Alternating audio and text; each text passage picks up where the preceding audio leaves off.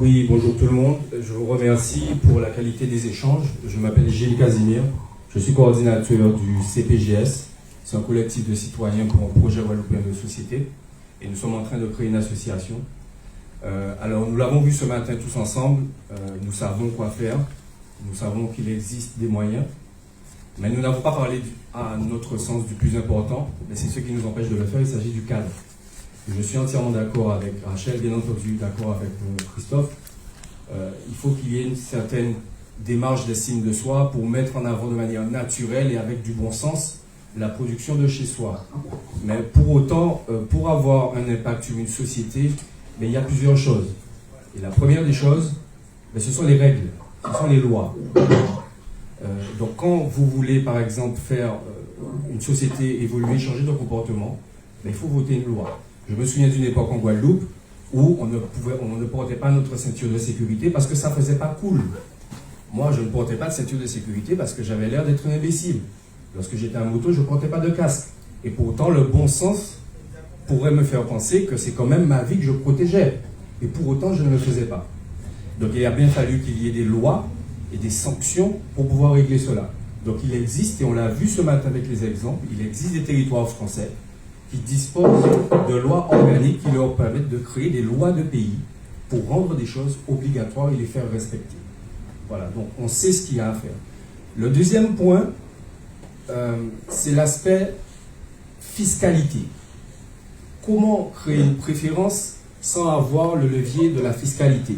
Vous savez ce que nous vivons, tous les pays, tous les territoires du monde l'ont vécu. La France faisait du blé, l'Allemagne faisait du blé. Donc il fallait trouver un mécanisme pour que le blé français soit plus attractif en France que le blé du voisin. Et pour cela, il faut mettre en place des dispositifs fiscaux qui permettent d'aider la production locale et de taxer ce qui rentre. Alors, ce que je dis, vous l'avez déjà entendu de nombreuses fois. Vous l'avez beaucoup entendu. On parle d'évolution institutionnelle, on parle d'évolution statutaire. C'est un sujet, bizarrement, qui crée un rejet. Alors je tiens à vous informer que dans quelques mois, nous n'aurons pas le choix, puisque la France va mettre en place une révision constitutionnelle, puisque la Nouvelle-Calédonie est arrivée au bout de son statut. Et au moment où je vous parle, il y a une délégation sénatoriale qui commence à auditionner tous les territoires d'outre-mer. Mardi de cette semaine, la Saint-Barthélemy a été auditionnée pour faire le point sur leurs compétences. Donc ils ont échangé avec l'État sur telle compétence, voilà, on a pu faire ceci, on a pu faire cela, et là ça ne fonctionne pas, il faut collaborer différemment. Donc je tiens à informer tous ceux qui écoutent actuellement que très prochainement, la Guadeloupe va être auditionnée sur ce qu'elle souhaite. Donc ce dont je viens de vous parler et qui crée très souvent des crises d'urticaire et de rejet, nous allons devoir nous positionner dans les mois qui viennent. Et nous allons devoir proposer un projet pour créer cette préférence locale qui a occupé notre temps toute la matinée. Nous allons devoir déposer notre projet l'année prochaine. Donc je suis d'accord avec Rachel. Il faut arrêter de parler. Nous sommes en plein dedans.